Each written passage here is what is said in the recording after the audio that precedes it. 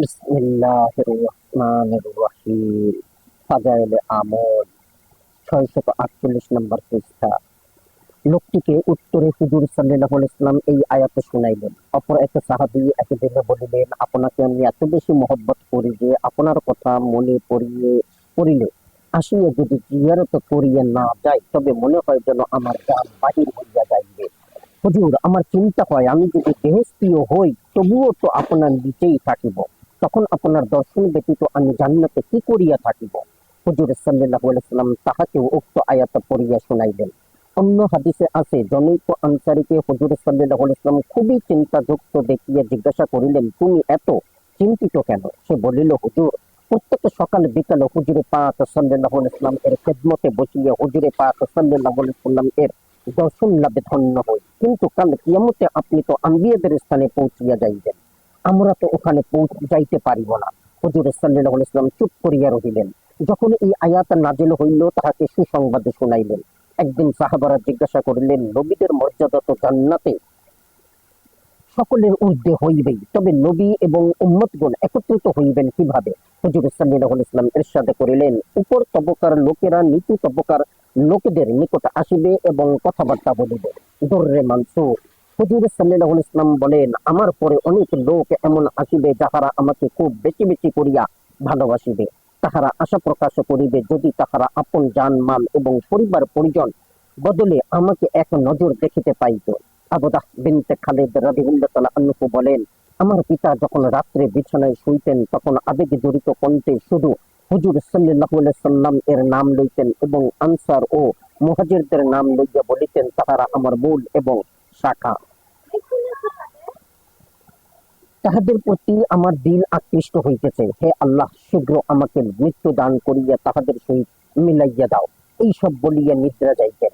একবার হযরত সিদ্দিক আকবর রাদিয়াল্লাহু তাআলা আনহু বলিলেন, ইয়া রাসূলুল্লাহ, আমার পিতার ইসলাম গ্রহণ করার চেয়ে আপনার চাচা আবু তালেবের ইসলাম গ্রহণে আমি বেশি আগ্রহশীল, কেননা উহাতে আপনি খুশি হইবেন বেশি।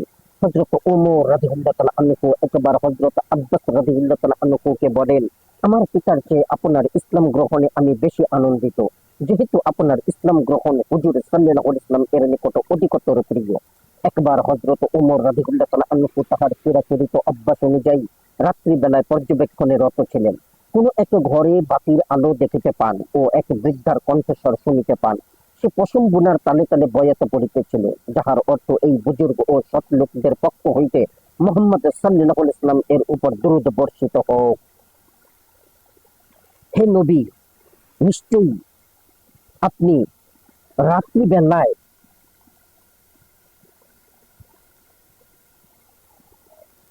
ইবাদত করিতেন ও শেষ রাত্রে উঠিয়া কান্নাকাটি করিতেন। হায়, আমি যদি জানিতাম আমি এবং আমার মেহবুব একত্র হইব কিনা, কেননা মৃত্যু বিভিন্ন হালতে আসিয়া যায়, আর জানা নাই যে আমার মৌত কি অবস্থায় আসিবে এবং হুজুর সাল্লাল্লাহু আলাইহি ওয়াসাল্লাম এর সাক্ষাতের সুযোগ হইবে কি না হইবে। হযরত ওমর রাদিয়াল্লাহু তাআলা আনহু এই কবিতা সমূহ শুনিয়া কান্নার জন্য বসিয়া গেলেন। হযরত বিলাল রাদিয়াল্লাহু তাআলা আনহু এর ঘটনা। মৃত্যুকালে তাহার বিবি দুঃখ ভারাক্রান্ত হৃদয়ে বলিতেছিল, হায় আফসোস। হযরত বিলাল রাদিয়াল্লাহু তাআলা আনহু বলিলেন, সুবহানাল্লাহ, কি মজার ব্যাপার, আগামীকাল মুহাম্মদ সাল্লাল্লাহু আলাইহি ওয়াসাল্লাম এর জিয়ারত করিব এবং তাহার সাথীদের সহিত সাক্ষাৎ করিব। হযরত যায়েদ রাদিয়াল্লাহু তাআলা আনহু এর ঘটনা। যখন তাহাকে শুলিতে চড়ানো হইয়াছিল তখন আবু সুফিয়ান বলিয়াছিল, তুমি কি ইহা পছন্দ করো যে তোমাকে ছাড়িয়া দেওয়া হোক আর তোমার পরিবর্তে নাউযুবিল্লাহ মুহাম্মদ সাল্লাল্লাহু আলাইহি ওয়াসাল্লামকে শুলিতে উঠানো হোক? তখন প্রেমিকের শ্রেষ্ঠ হযরত যায়েদ রাদিয়াল্লাহু তাআলা আনহু বলেন, কসম আল্লাহর, আমি ইহাও সহ্য করিব না যে আমার প্রিয় নবীর ঘরে থাকা অবস্থায় তাহার পায়ে একটা কাঁটা বিদ্ধ হোক আর আমি আরামে নিজ ঘরে বসিয়া থাকি। আবু সুফিয়ান বলিয়া উঠিল, আমি কখনো কাহাকেও এত বেশি মহব্বত করিতে দেখি নাই, যেই রূপ মুহাম্মদ সাল্লাল্লাহু আলাইহি ওয়াসাল্লামকে তাহার অনুসারীগণ মহব্বত করিয়া থাকে। সাবধান, উলামায়ে কিরাম মহব্বতের বিভিন্ন তরিকা লিখিয়াছেন। কাজী আয়াজ রাহিমাল্লাহু বলেন, যেই ব্যক্তি কোন জিনিসকে ভালোবাসে অন্য যাবতীয় বস্তু হইতে তাহাকে প্রাধান্য দিয়া থাকে, মহব্বতের ইহাই প্রকৃত অর্থ, নচেত উহা মহব্বত নয়, মহব্বতের দাবি মাত্র। হুজুর সাল্লাল্লাহু আলাইহি ওয়াসাল্লাম এর সহিত মহব্বতের সবচেয়ে গুরুত্বপূর্ণ বিষয় হইল তাহার তরিকায় চলা, তাহার আচার ব্যবহার চাল চলনের অনুসারী হওয়া, তাহার নির্দেশনা বলি পালন করা এবং নিষেধ সমূহ হইতে বাঁচিয়া থাকা, সুখ দুঃখে সংকটে ও খোশহালে সবসময় তাহার তরিকায় চলা। আল্লাহ পাক ইরশাদ করেন, হে নবী, আপনি বলিয়া দিন, যদি তোমরা আল্লাহকে ভালোবাসিতে চাও তবে আমার তাবেদারি করো, ইহাতেই আল্লাহ পাক তোমাদিগকে ভালোবাসিবেন ও তোমাদের গুনাহসমূহ মাফ করিয়া দিবেন, এবং আল্লাহ পাক বড় ক্ষমাশীল ও বড়ই মেহেরবান পরিশিষ্ট। সাহাবাদের কয়েকটি ঘটনার নমুনা শরীফ লেখা হইল, তাহাদের পূর্ণ বিবরণ দেখিতে গেলে বিরাট গ্রন্থ হইয়া যাইবে। পরিশেষে একটি প্রয়োজনীয় বিষয়ের প্রতি আলোকপাত করা যাইতেছে যে, বর্তমান যুগে যেখানে মুসলমানগণ ধর্মীয় কাজে অবহেলা, সেখানে হুজুর সাল্লাল্লাহু আলাইহি ওয়াসাল্লাম এর সুযোগ্য সহচর সাহাবাদের মর্যাদা দানের ব্যাপারেও যথেষ্ট ত্রুটি প্রকাশ পাইতেছে। বরং দিন সম্পর্কে কিছু সংখ্যক উদাসীন লোক সাহাবাদের সামনে বেয়াদবি করিতে পর্যন্ত কুণ্ঠিত হইতেছে না, অথচ মহামান্য সাহাবায়ে কেরামগণই দিনের ভিত্তি স্বরূপ, দিনের প্রাথমিক অভিযান তাহারাই চালাইয়াছেন। জীবনের শেষ মুহূর্ত পর্যন্ত আমরা তাহাদের ইহসানের প্রতিদান দিতে পারিব না। আল্লাহ পাক আপন মেহেরবানির দ্বারা লক্ষ লক্ষ রহমত তাহাদের উপর নাজেল করুন। তাহারা আল্লাহর নবী সাল্লাল্লাহু আলাইহি ওয়াসাল্লাম এর নিকট দিন শিখিয়া আমাদের নিকট পৌঁছাইয়াছেন। এই জন্য কিতাবের শেষ প্রান্তে কাজী আয়াজের শেফা নামক গ্রন্থের একটি অনুচ্ছেদ অনুবাদ করিয়া কিতাবখানি শেষ করিতেছি। তিনি বলেন, সাহাবাদের প্রতি সম্মান প্রদর্শন করা প্রকৃতপক্ষে হুজুর সাল্লাল্লাহু আলাইহি ওয়াসাল্লাম এর প্রতি সম্মান করারই নামান্তর। তাহাদের হককে বোঝা, তাহাদের অনুসরণ করা এবং তাহাদের পরস্পরের মধ্যে বিরোধের আলোচনা সমালোচনা না করা এবং ঐতিহাসিক শিয়া বেদায়াতি ও জাহিলি রাবিদের এমন সুব্রাওয়াতের পরিবেশন না করা যার দ্বারা তাহাদের মর্যাদা হানি ঘটিতে পারে। ঐরূপ কোন রেওয়াত কানে আসিলে উহার অর্থ এইভাবে করা যাহা তাহাদের মর্যাদার সহিত সঙ্গতিপূর্ণ, তাহাদিগকে অশ্লীল ভাষায় স্মরণ না করা এবং বরং তাহাদের গুণাবলী এবং ফাজাইলা বর্ণনা করিবে ও দোষ ত্রুটির আলোচনা হইতে নীরব থাকিবে। যেমন হুজুর সাল্লাল্লাহু আলাইহি ওয়াসাল্লাম এর নির্দেশ, আমার সাহাবাদের আলোচনা দেখিলে নীরব থাকিবে। সাহাবাদের ফাজাইল কোরআন মজিদে হাদিসে বহু জায়গায় বর্ণিত আছে। আল্লাহ পাক বলেন, মুহাম্মদ আল্লাহর রাসূল এবং যাহারা তাহার সঙ্গে রহিয়াছেন তাহারা কাফেরদের বিরুদ্ধে অত্যন্ত কঠোর এবং পরস্পর তাহারা একে অপরের প্রতি বড়ই মেহেরবান। তুমি তাহাদিগকে দেখিবে কখনো রুকু অবস্থায়, আবার কখনো সেজদায় রত। আল্লাহর দয়া এবং সন্তুষ্টি তাহাদের একমাত্র উদ্দেশ্য। সেজদার দরুন বন্দেগীর চিহ্ন তাহাদের চেহারায় পরিষ্কার ধরা পড়ে। তৌরাত এবং ইনজিলে তাহাদের গুণাবলী বর্ণিত আছে। তাহাদের দৃষ্টান্ত এই রূপ দেওয়া হইয়াছে, যেমন কোন শস্য প্রথমে যাহার অঙ্কুর বাহির হইয়া কাণ্ডের উপর দাঁড়াইল, যদ দ্বারা চাষিকুল সন্তুষ্ট হইয়া যায়। এইভাবেই সাহাবাদের মধ্যে প্রথমে ছিল দুর্বলতা, তাহাদের মধ্যে ক্রমাগত শক্তি বর্ধিত হইতে লাগিল। আল্লাহ পাক তাহাদিগকে এইভাবে শক্তিশালী এই জন্যই করিয়াছেন যেন তাহাদের বদৌলতে কাফেরগণকে হিংসার অনলে দগ্ধ করিয়া দেন। তাহাদের মধ্যে যাহারা ঈমান আনিয়াছেন ও নেক আমল করিয়াছেন, আল্লাহ পাক তাহাদের জন্য ক্ষমা ও বিরাট প্রতিদানের ওয়াদা করিয়াছেন। উক্ত সূরায় অন্য জায়গায় বর্ণিত আছে, নিশ্চয়ই আল্লাহ পাক আপনার সহযাত্রী মুমিনদের উপর সন্তুষ্ট আছেন, যখন তাহারা বৃক্ষের নিচে আপনার হাতে আমরণ যুদ্ধের বয়াত করিতেছিল। তাহাদের অন্তরে যে কতটুকু ধর্মীয় অনুরাগ ছিল আল্লাহ পাক তাহা ভালো করিয়াই জানেন, এবং তাহাদিগকে একটি নিকটবর্তী বিজয় দান করিয়াছেন, যার দ্বারা তাহারা প্রচুর গনিমতের মাল গ্রহণ করিবে, এবং আল্লাহ পাক মহা জবরদস্ত হিকমতওয়ালা। ইহাকেই ইতিহাসে বিখ্যাত বাইআতুশ শাজারা অথবা বাইআতের রিদওয়ান বলা হয়। সাহাবাদের শানে অন্য স্থানে ইরশাদ হইতেছে, মুমিনদের মধ্যে এমন লোক রহিয়াছে যাহারা আল্লাহ তাআলার সহিত কৃত ওয়াদা পুরোপুরি সত্যে পরিণত করিয়া দেখাইয়াছে। আবার তাহাদের মধ্যে কেহ তো শাহাদাত প্রাপ্ত হইয়া আপন মাকসুদ পূর্ণ করিয়াছে, আর কেহ তাহার অপেক্ষায় রহিয়াছে এবং আপন ইচ্ছার মধ্যবিন্দু মাত্র পরিবর্তন করে নাই। অন্য জায়গায় আল্লাহ পাকের ইরশাদ, এবং যেই সমস্ত আনসার এবং মুহাজির ঈমান লওয়ার ব্যাপারে সমস্ত উম্মতের মধ্যে অগ্রগামী আর ইখলাসের সহিত যাহারা তাহাদের অনুসরণ করিয়াছেন, আল্লাহ পাক তাহাদের সবার উপর সন্তুষ্ট, তাহারাও আল্লাহর উপর সন্তুষ্ট। তাহাদের জন্য এমন সব বাগান তৈয়ার করিয়া রাখিয়াছেন যাহার তলদেশ দিয়া নহর সমূহ প্রবাহিত হইয়া চলিয়াছে, তথায় তাহারা অনন্তকাল অবস্থান করিবে, এবং ইহাই হইল তাহাদের জন্য বিরাট কামিয়াবি। এইসব আয়াতে আল্লাহ পাক সাহাবাদের প্রশংসা এবং তাহাদের উপর আপন সন্তুষ্টি প্রকাশ করিয়াছেন। এইভাবে হাদিসে শরীফেও তাহাদের অনেকে প্রশংসা করা হইয়াছে। হুজুর সাল্লাল্লাহু আলাইহি সাল্লাম বলেন, আমার পরে তোমরা আবু বকর রাদিয়াল্লাহু তাআলা আনহু এবং ওমর রাদিয়াল্লাহু তাআলা আনহু এর অনুসরণ করিবে। অন্য হাদিসে আছে, আমরা সাহাবারা নক্ষত্রের সমতুল্য, তোমরা যাহারাই অনুসরণ করিবে হেদায়েত প্রাপ্ত হইবে। মুহাদ্দিসিনগণ এই হাদিসে কিছুটা আপত্তি করিয়াছেন এবং হাদিসের তালিকাভুক্ত করিতে কাজী আয়াতের উপর অভিযোগও করিয়াছেন। কিন্তু মোল্লা আলী কারি রাহিমাহুল্লাহ বলেন, বিভিন্ন সূত্রে রেওয়াত হওয়ার দরুন হয়তো ইহা কাজী সাহেবের নিকট গ্রহণযোগ্য অথবা ফাজাইলে আমলের ব্যাপারে অপেক্ষাকৃত দুর্বল হাদিস ও সর্বসম্মতভাবে গ্রহণযোগ্য, তাই তিনি জিকির করিয়াছেন। হযরত আনাস রাদিয়াল্লাহু তাআলা আনহু হুজুর সাল্লাল্লাহু আলাইহি ওয়াসাল্লাম এর ইরশাদ নকল করেন যে, আমার সাহাবারা খাবারের মধ্যে লবণ সমতুল্য, কেননা লবণ ব্যতীত খানার স্বাদ হয় না। তাহাদের প্রতি আক্রমণাত্মক কথা বলিও না। যাহারা তাহাদিগকে ভালোবাসিবে তাহারা একমাত্র আমার ভালোবাসার দরুনই ভালোবাসিবে।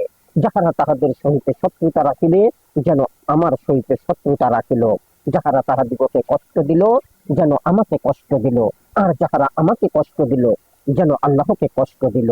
আর যাহারা আল্লাহকে কষ্ট দিল তাহারা গ্রেফতার হইতে বাধ্য। হুজুর সাল্লাল্লাহু আলাইহি ওয়াসাল্লাম বলেন, আমার সাহাবীকে কেহ গালি দিবে না।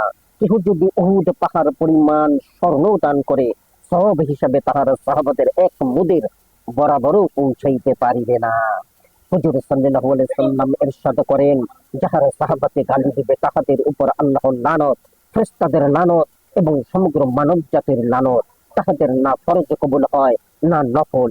হুজুর সাল্লাল্লাহু আলাইহি ওয়াসাল্লাম আরো বলেন, আম্বিয়ায়ে কেরাম ব্যতীত সমগ্র মানবকুলের মধ্যে আমার সাহাবাকে বাঁচিয়ে নেওয়া হইয়াছে এবং তন্মধ্যে 4 জনকে শ্রেষ্ঠত্ব দান করা হইয়াছে, যথা হযরত আবু বকর, ওমর, ওসমান ও আলী রাদিয়াল্লাহু তাআলা আনহু।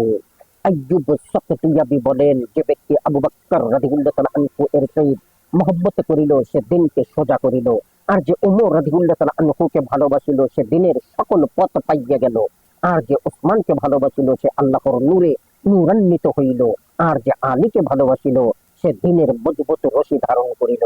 সাহাবাদের যে প্রশংসা করিল সে নাপাকি হইতে দূরে থাকিবে, আর যে সাহাবাদের সাথে বেয়াদবি করিল সে বেদায়াতি, মুনাফিক, সুন্নাতের বিরোধী।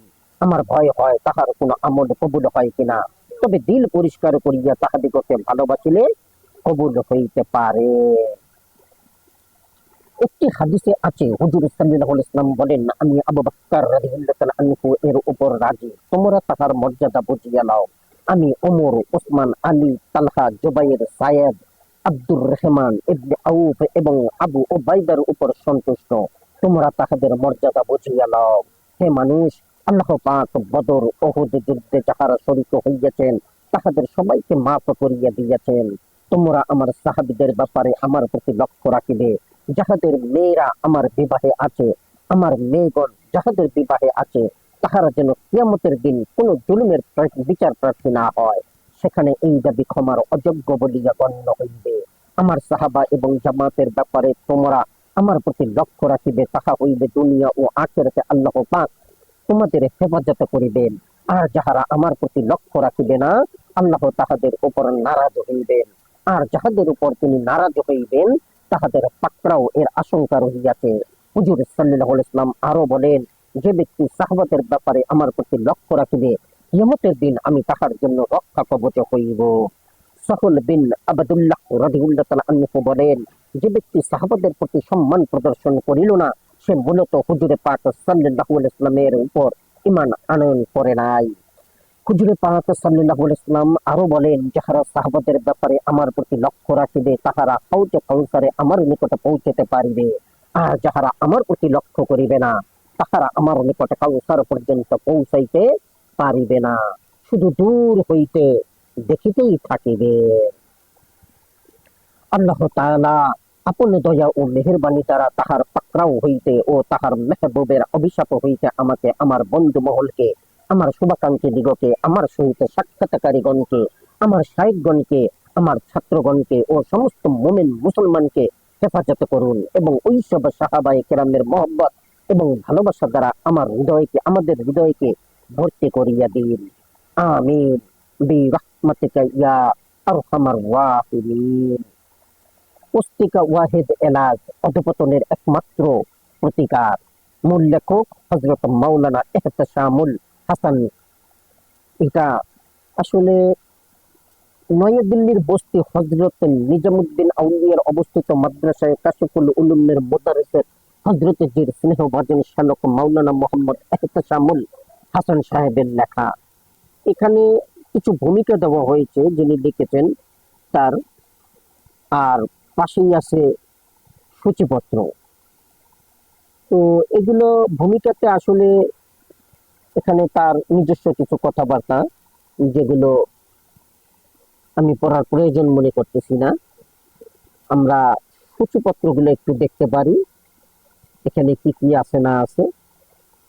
তারপরে আমরা নিচের দিকে যাব এবং নিচের দিক থেকে আমরা পড়ব। পুস্তিকা ওয়াহেদ এলাজ। পরম করুণাময় অতি দয়ালু আল্লাহর নামে শুরু করিতেছি। সকল প্রশংসাই আল্লাহর জন্য, যিনি সমগ্র বিশ্ব জগতের প্রতিপালক, এবং সকল দরুদ ও সালাম হযরত মুহাম্মদ মুস্তাফা সাল্লাল্লাহু আলাইহি সাল্লামের জন্য এবং তাহার পরিবার পরিজন এবং তাহার সকল সাহাবীদের জন্য নিবেদিত। বিশ্ব সভ্যতায় মুসলমান 1350 বছর আগে দুনিয়া কুফরি, পথভ্রষ্টতা, মূর্খতার অন্ধকারে ছিল নিমজ্জিত। সে সময় মক্কার ঊষর প্রান্তরে আবির্ভূত হইয়াছিলেন হিদায়াতের পূর্ণ শশী প্রিয় নবী হযরত মুহাম্মদ মুস্তাফা সাল্লাল্লাহু আলাইহি সাল্লাম। তাহার আবির্ভাবে পূর্ব পশ্চিম উত্তর দক্ষিণ নবুয়তের নূরের আলোকে উদ্ভাসিত হইয়া উঠিয়াছিল। মাত্র 23 বছরের স্বল্পকালীন সময়ে তিনি মানব জাতিকে উন্নতির এমন উচ্চ শিখরে উন্নীত করিয়াছিলেন যে বিশ্বের ইতিহাসে তাহার কোনো তুলনা খুঁজিয়া পাওয়া যায় না। মানুষের কল্যাণ, হেদায়েত ও মুক্তির সেই মশাল তিনি মুসলমানদের হাতে তুলিয়া দিয়েছিলেন। ইহার ফলে মুসলমানেরা সবসময় উন্নতি ও অগ্রগতির পথেই অগ্রসর হইয়াছিল। শতাব্দীর পর শতাব্দী তাহারা পৃথিবীতে বিপুল শান শৌকতের সহিত শাসন কার্য পরিচালনা করিয়াছিল। মুসলমানদের সেই শান শৌকত এবং কর্তৃত্বের কাছে সকল বিরুদ্ধ শক্তি পরাভূত হইয়া পড়িয়াছিল। সকল প্রতাপান্বিত শক্তি চূর্ণ হইয়া গিয়াছিল। ইহা এক অনস্বীকার্য বাস্তব সত্য। এত কিছু সত্য মুসলমানদের ইতিহাসে এমন কিছু বেদনাদায়ক উপাখ্যান রইয়াছে যাহার উল্লেখ কিছুতেই সুখের বিষয় নয়। মুসলমানদের বর্তমান কালের কার্যকলাপের মাধ্যমেও আমাদের অতীত ইতিহাসের উপর কলঙ্ক লেপন করা হইয়াছে। আমাদের সম্মানিত বুজুর্গান পূর্বপুরুষদের সুবর্ণ উজ্জ্বল কার্যকলাপকে মলিন করিয়া দিতেছে। আমাদের 1300 বছরের ইতিহাস অত্যন্ত গৌরবোজ্জ্বল এবং শান শৌকতে পরিপূর্ণ হইলেও বর্তমানের কার্যকলাপের প্রতি লক্ষ্য করিলে লজ্জায় মাথা হেঁট হইয়া যায়। বর্তমানে আমরা অবমাননা এবং লাঞ্ছনার সম্মুখীন। বর্তমানে আমাদের অর্থবল, বাহুবল এবং শান শৌকত যেমন নাই, তেমনি নাই পারস্পরিক ভ্রাতৃত্ব ও নির্মল ভালোবাসা।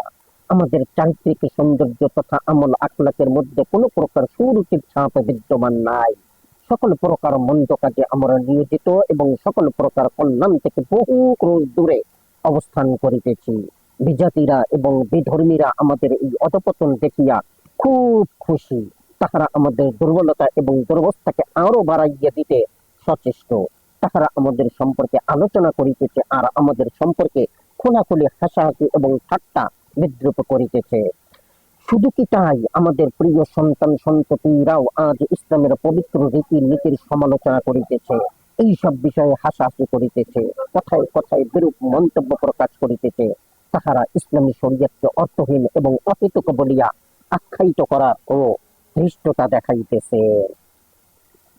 বিস্ময়ে অবাক হইয়া যাইতে হয় যখন দেখি যে জাতি একদিন বিশ্বের মানুষের তৃষ্ণা নিবারণ করিয়াছিল, তাহারা নিজেরাই আজ তৃষ্ণায় কাতর।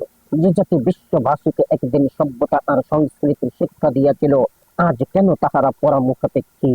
কেন তাহাদের এই ধরনের নির্লজ্জ অধপতন? জাতির সত্যিকার কল্যাণকামীরা অনেকদিন আগেই আমাদের এইসব দুরবস্থা সম্পর্কে সচেতন হইয়াছিলেন।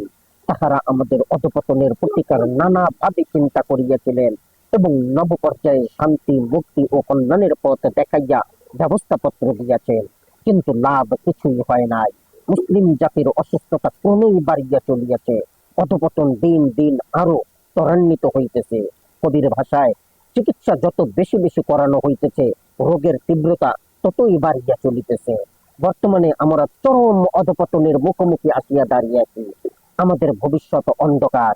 এমনি ক্রান্তিকালে আমরা বসিয়া থাকিতে পারি না। যদি নিচের অবস্থায় বসিয়া থাকি, তবে আমাদের এই বসিয়া থাকা হইবে ক্ষমাসীন অপরাধের সামিল। বর্তমান অবস্থায় পরিপ্রেক্ষিতে উপায় চিন্তা করিবার আগে অধপতনের সম্মুখীন হওয়ার কারণ সমূহ আমাদের খতিয়ে দেখিতে হইবে। আমাদের এই অধপতনের কারণ একটি নয়, একাধিক। এই অধপতন রোধ করার কয়েকটি উপায় বর্ণনা করা হইয়াছিল, কিন্তু উহাতে কোনো কাজ হয় নাই। ফলে আমাদের নেতৃবৃন্দ হতাশ হইয়া পড়িয়াছেন। প্রকৃতপক্ষে আমাদের রোগের পরিচয় যথাযথভাবে শনাক্ত করা সম্ভব হয় নাই। রোগের যেসব লক্ষণ প্রকাশ করা হইয়াছে তাহা প্রকৃত রোগ নহে। রোগ নির্ণয় এবং শনাক্ত করা না হইলে তাহার প্রতিকারের সুষ্ঠু ব্যবস্থা করা সম্ভব হইবে না। রোগের লক্ষণের চিকিৎসা অসম্ভব ব্যাপার। লক্ষণ দ্বারা রোগ নির্ণয় করিয়া রোগ উৎপাটনে সচেষ্ট হইতে হইবে। যথাযথভাবে রোগ শনাক্ত না করিয়া রোগের প্রতিকারের কথা বলা ভ্রান্তি বিলাস ছাড়া আর কিছুই নহে। আমরা দাবি করি যে আমাদের শরীয়ত আল্লাহর দেওয়া একটি পরিপূর্ণ আইন। ইহা আমাদের দিনী ও দুনিয়াবী কল্যাণের এক চিরস্থায়ী ব্যবস্থা। পবিত্র কোরআন পাঠের মাধ্যমে নিজেদের রোগ নির্ণয় করিয়া কোরআনের শিক্ষার মাধ্যমেই তাহার চিকিৎসার ব্যবস্থা করা প্রয়োজন। পবিত্র কোরআন যেহেতু কিয়ামত পর্যন্ত মানব জাতির পরিপূর্ণ জীবন ব্যবস্থা এবং আল্লাহর দেওয়া সংবিধান, কাজেই তাহা আমাদের বর্তমান নাজুক পরিস্থিতিতে পথ নির্দেশ দিতে ব্যর্থ হইবে এমন মনে করার কোনো কারণ নাই। খেলাফত ও বাদশাহের যোগ্য কারা? সর্বশক্তিমান পরম করুণাময় আল্লাহ রাব্বুল আলামিন পরিষ্কার অঙ্গীকার করিয়াছেন যে বিশ্ব জগতের বাদশাহী এবং খেলাফত মুমিন বান্দাদের জন্যই সংরক্ষিত।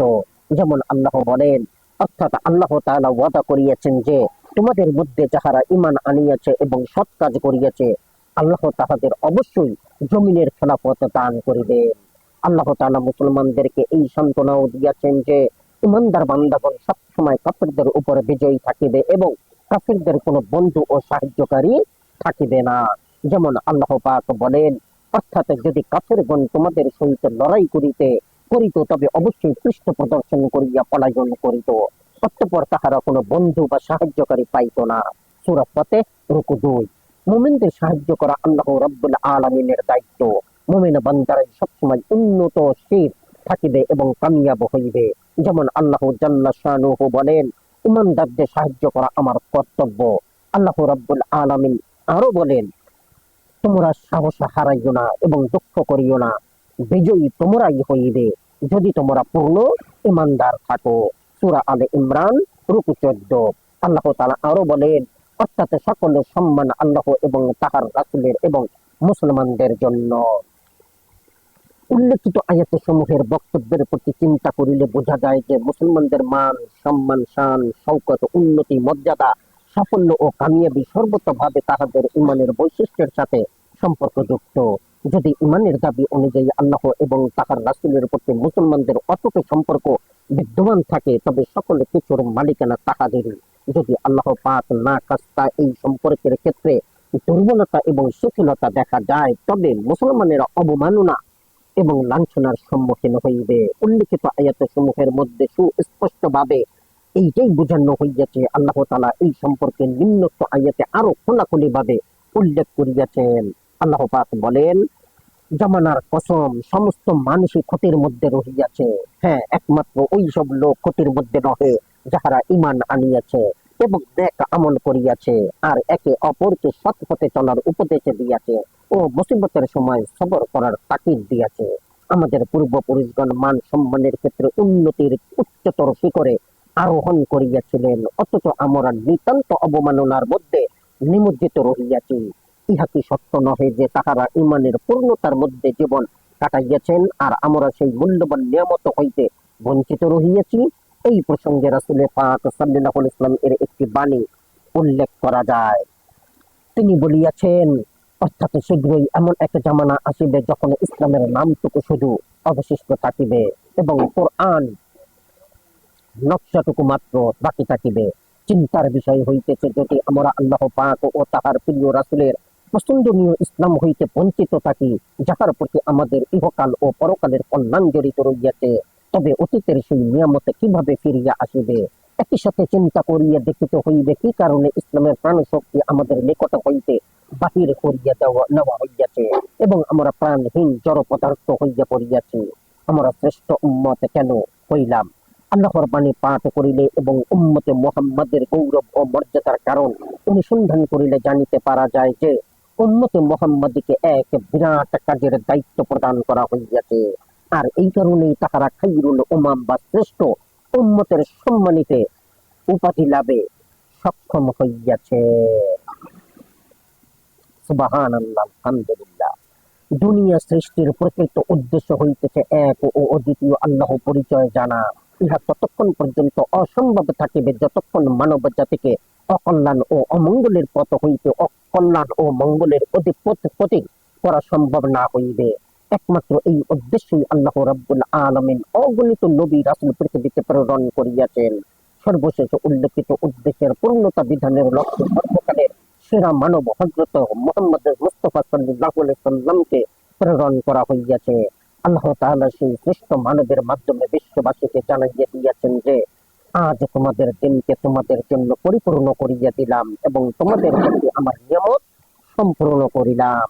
বর্তমানে যেহেতু উদ্দেশ্যের পূর্ণতা সাধিত হইয়াছে, ভালো মন্দ খোলামেলা বর্ণনা করা হইয়াছে, এই কারণে রিসালাত ও নবুয়তের ধারার সমাপ্তি ঘোষণা করা হইয়াছে।